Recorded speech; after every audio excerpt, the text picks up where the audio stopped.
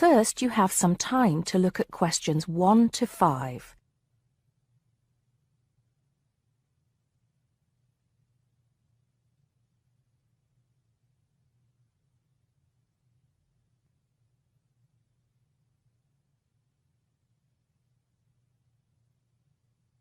Now we shall begin. You should answer the questions as you listen because you will not hear the recording a second time. Listen carefully and answer questions 1 to 5. Good morning, Mr. Thompson. Can I speak to you for a moment? Of course, Jamie. Come in. Have a seat. I've just finished looking through the reports for this term. It looks like the pupils are doing very well. Yes, I think they are. It's all going fine. So, Jamie, what's on your mind? Well, I've been thinking about next month's camping trip, the one for Year 10. Yes, we've got it scheduled for the 23rd to the 26th, if I'm not mistaken. Actually, I think it's the 24th to the 27th. Let's just check. Oh, right. Yes, you're right. So... Well, I've been thinking about how we might possibly make this year's event even better than last year's. Not that last year's wasn't great, but... Suggestions for improvement are always welcome, Jamie. So, what have you been thinking about? Well, to tell the truth, I wasn't completely happy with the camp we used last year. It was rather small, and I didn't feel that the grounds were particularly well kept. Go on. I did some searching, and I think I found the perfect spot. It's called Shepton Meadows, and... Is that the campsite in the Lake District? No, actually it's just outside Carlisle. It's a huge site, and it's on a lovely lake, Lake Brant, I believe it's called. Half the site is forested, and the rest, the actual camping area, is grassy. For kids that rarely get to see anything more than concrete, it's ideal. And the facilities are amazing. There's a basketball court, a large pool, and a football pitch. There are well-marked trails through the forest for hiking, and the lake is there for swimming and other water sports. I believe there's even a lifeguard service. That sounds like it might suit our purposes perfectly. Did you happen to find out about availability and cost? Yes, as a matter of fact, I did. I called them yesterday evening, and there are plenty of spots available. And because we're a non-profit organisation, they said they would give me a reduction in the price. If I remember correctly, we paid £5 a head last year. Yes, per night, right? Yes, each child paid £10 for the 2 nights. Well, at this campsite, it's only £4 per night. And they told me that if we had over 50 children, which we do, they could give us a further 10% off. That's very reasonable, isn't it? Well, from what you've told me, I think we should probably go ahead and book. Excellent. I'm sure the children will love it. I'm sure they will. Before you hear the rest of the conversation, you have some time to look at questions 6 to 10.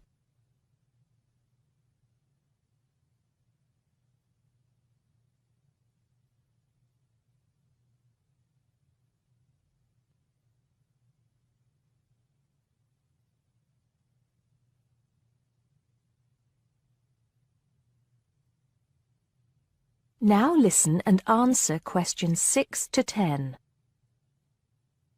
Now, Jamie, have you given any thought to an itinerary by any chance? As a matter of fact, I have. Wait 1 second. Yes, here it is. I've made a few notes. Okay, so, now, these are just ideas, of course. Yes, go on. Let's hear what you've got. Right. We time it so that we arrive at the camp around 7 on Friday evening. It'll still be light then, and we'll have plenty of time to set up camp and get ourselves settled in. At 8, we could have a barbecue, you know, hamburgers and hot dogs, something that's nice and easy to prepare. And that children love. Yes. Then, lights out would be at 9:30, so the children will get a good night's sleep and be up bright and early at 7 on Saturday morning. Breakfast would be at 7:30, an hour's hiking from 8 till 9, and then a couple of hours at the lake. That would take us up to 11. I think that an hour of free time would then be in order. Let them have a chance to explore a bit on their own, you know. Yes, Great idea. And then? Let's see, a picnic lunch at 12, and then sports in the afternoon till 4. Another swim until 5, and then supper. After clean-up, around 6:30, we could have a talk-back session, where the children get a chance to discuss their day and anything else they might have on their minds. Then a campfire and sing-along at 8, back to the tents at 9:30, and, well, that takes care of Saturday. Excellent, excellent. That would certainly keep them busy. What about Sunday? Sunday, right. As on Saturday, same wake-up and breakfast times, and then I thought we could go on a bit of a day trip.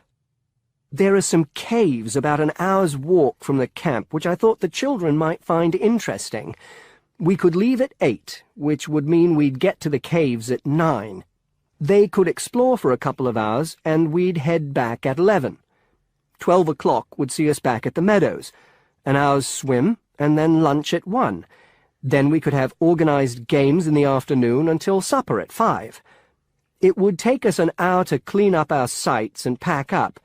We'd be on the buses at 6 and all set to head back into the city. Well now, you've certainly put a lot of thought into this, Jamie, and it's paid off. I think it sounds wonderful. I can't think of a thing that needs to be changed. Let's go for it. Brilliant! I'll get the itinerary printed up and put it up on the notice board this afternoon.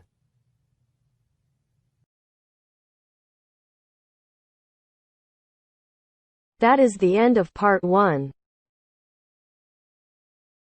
You now have half a minute to check your answers.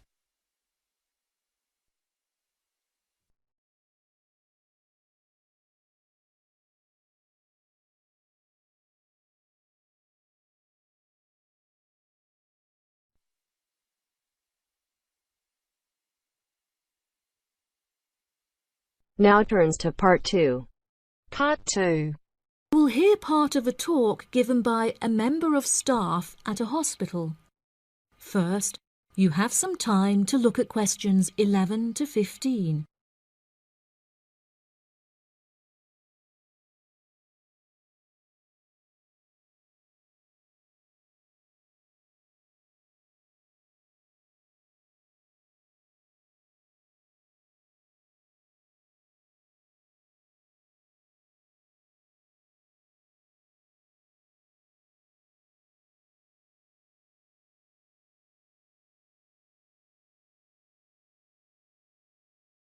Now listen carefully and answer questions 11 to 15. Hello, and welcome to the homepage for the Healthy Hearing Medical Clinic and Surgery, where we'd like to share a little more information about the services we provide and more.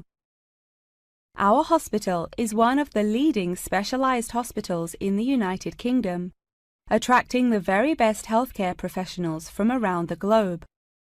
Not only are we a leading medical practice, but we are also the only hospital in the United Kingdom dedicated entirely to the treatment of and research into the curing of hearing loss. Our facilities and staff here are renowned across Europe, attracting thousands of patients a year. Our consultations can number anything up to 11,000 patients a year. However, we aim to treat around 5,000 patients a year so as to maintain and ensure the quality of our services. Our patients are guaranteed the highest standard of care, as well as the use of our first-class facilities. All patients requiring overnight treatment are provided with their own private room with ensuite facilities, as well as a state-of-the-art entertainment centre, which includes a flat-screen LCD television and PlayStation. Appointments with our healthcare professionals can be made at any time during the week, with female doctors available between 8 a.m. and 11 a.m. If you need to see a doctor outside of these times, please visit the Out of Hours page of our website for more information. Our doctors are all trained to an exceptionally high standard and practice a vast array of specialities. Mr. Roberts is a fully qualified ear and throat specialist. Mr. Edwards is a pediatric hearing specialist. while Mr. Green specializes in reversing hearing loss. For more details about our people, please visit the staff members page on our website. During a consultation, doctors will sometimes decide medication is required, for which patients should receive a prescription. There are several pharmacies within the city. However, we recommend that patients use the pharmacy housed within our healthcare facility. Our in-house pharmacy is well stocked at all times. Our products are competitively priced, and our pharmacists are on hand to help and advise from 8 a.m. until 10 p.m. from Monday to Saturday, and from 9 a.m. until 12 p.m. on Sundays. If you require any help outside of these hours, please see our out-of-hours page on the website. Since the Healthy Hearing Medical Clinic and Surgery also functions as a teaching hospital, we aim to provide our students with every opportunity to expose themselves to medicine in practice. Therefore, we would like to encourage our patients to give their consent for a medical student to attend their consultations. If our patients are not comfortable with this, there will be a form at reception where patients will be able to opt out. Before you hear the rest of the talk, you have some time to look at questions 16 to 20.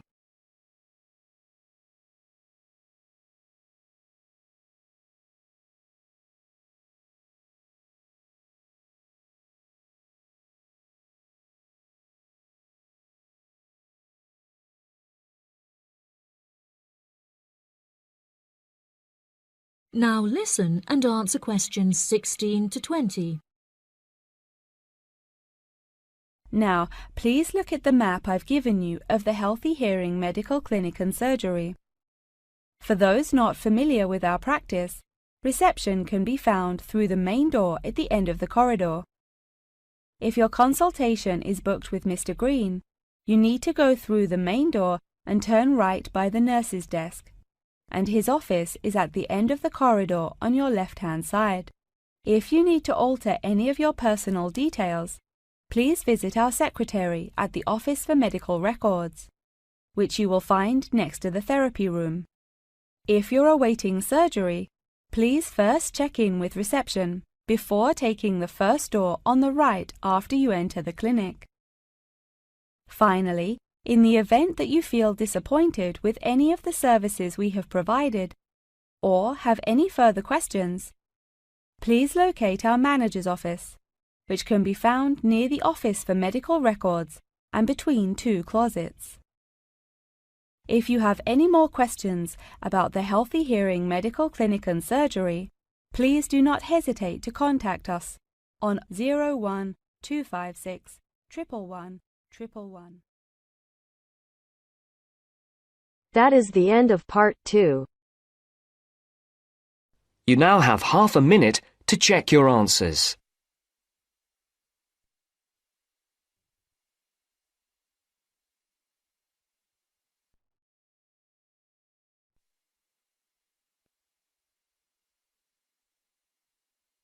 Now turns to part 3. Part 3. You will hear a conversation between a tutor and two students, Amanda and Jake. First, you have some time to look at questions 21 to 25.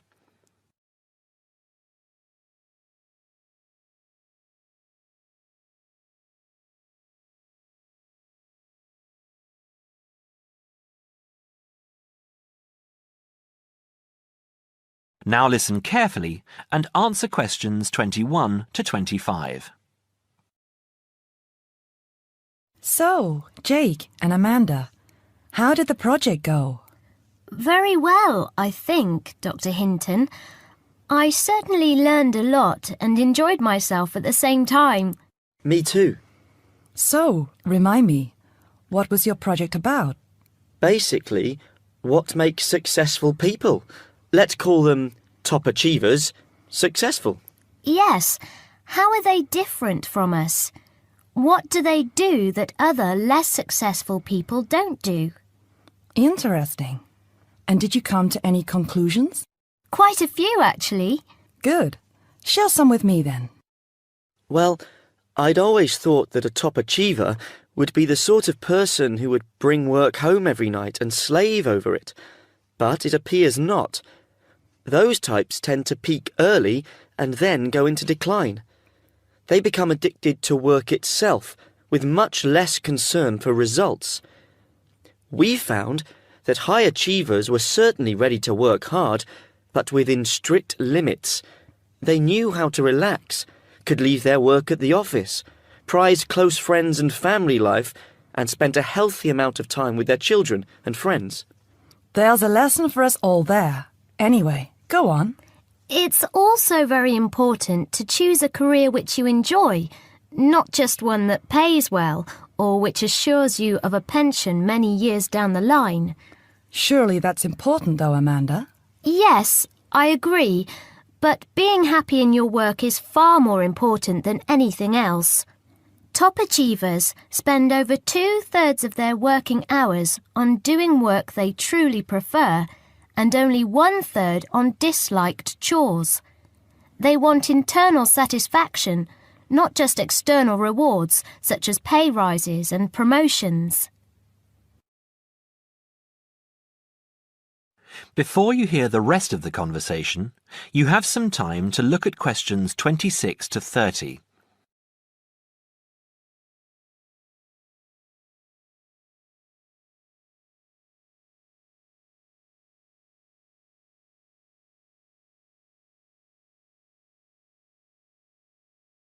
Now, listen and answer questions 26 to 30. Actually, in the end, they often have both, because they enjoy what they are doing, so their work is better and their rewards higher. Yes, Jake, that certainly makes sense. Now, can I ask you something?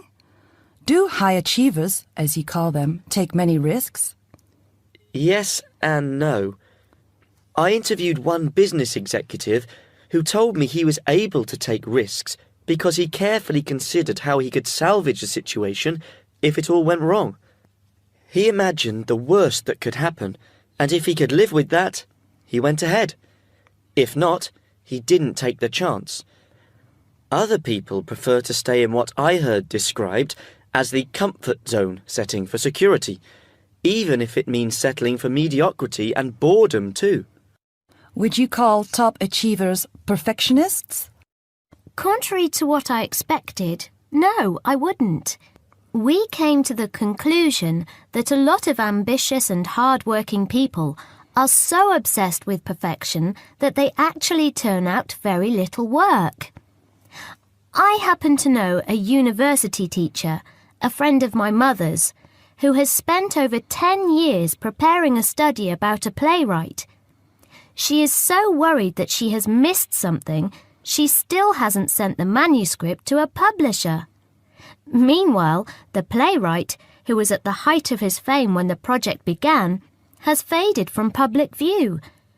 The woman's study, even if finally published, will interest few people. So, what has this got to do with top achievers?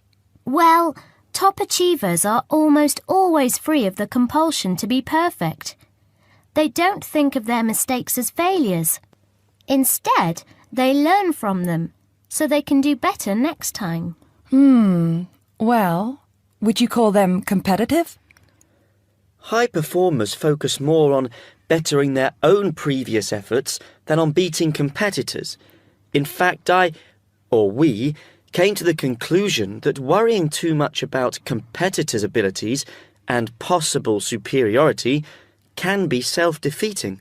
Yes, and we found that top achievers tend to be team players rather than loners. They recognise that groups can solve certain complicated problems better than individuals and are eager to let other people do part of the work. Yes, loners, who are often over-concerned about rivals, can't delegate important work or decision-making. Their performance is limited because they must do everything themselves. Well, it looks as if you two have done a thorough job and learned something into the bargain too. Now, there are just a couple of points I'd like to clarify with you. That is the end of part 3. You now have half a minute to check your answers.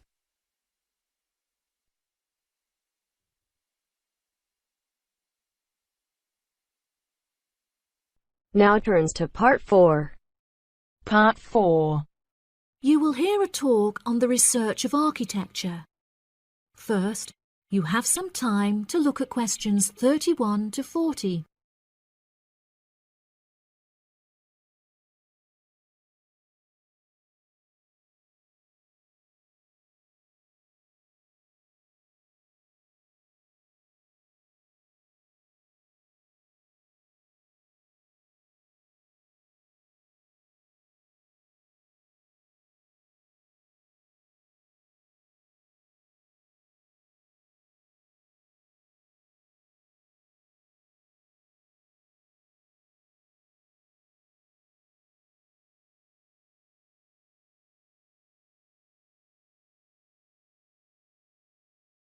Now listen carefully and answer questions 31 to 40. Welcome, class, to your very first lecture in this series on architecture, conducted by myself, Dr. Torben Dahl. Today we will be looking into the relationship between climate and architecture, where I will be giving you a critical overview of the main climate influences that shape the design of buildings. Throughout this lecture series, we will be looking at the latest research into climatic design carried out by experts in the field, in addition to case studies and examples drawn from modernist practice, both in cities and rural areas. Now, acid rain is one of the climatic elements with the most devastating effects on our architecture. The chemicals in acid rain can cause paint to peel, corrosion of steel structures such as bridges, and erosion of stone statues. Since the 1970s, our government has been making great effort to reduce the release of these chemicals into the atmosphere, with positive results. Private organizations have also been raising awareness and funds, and recently received a huge donation from the bank. It is interesting to look at the studies that have been carried out into the effects of acid rain at varying altitudes. Research has shown that there are lower levels of acid in the damaging pollutants at higher altitudes, meaning that skyscrapers are much less vulnerable to the negative effects, as they are exposed to acid rain with far lower levels of damaging pollutants. Recently, the ALTA project was founded to carry out further research into acid rain. This project is directed towards studying the effects of acid rain on old, traditional buildings of stone construction that are vulnerable to damage caused by acid rain. Masonry is particularly vulnerable as it is easily corroded and weakened by the acidic chemicals. It is imperative that we protect these buildings, as they are valuable examples of our history and culture.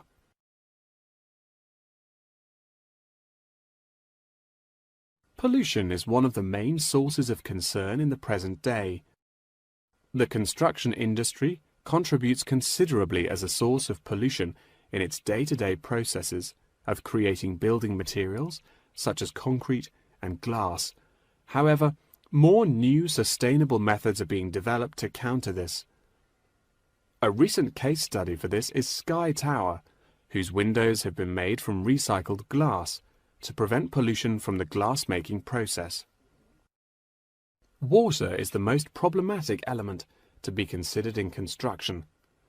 It is imperative that construction elements, such as the insulation, are fitted into the building in dry weather to prevent it from getting wet. This makes winter an undesirable season for construction, as the heavy rainfall can have adverse effects on the building.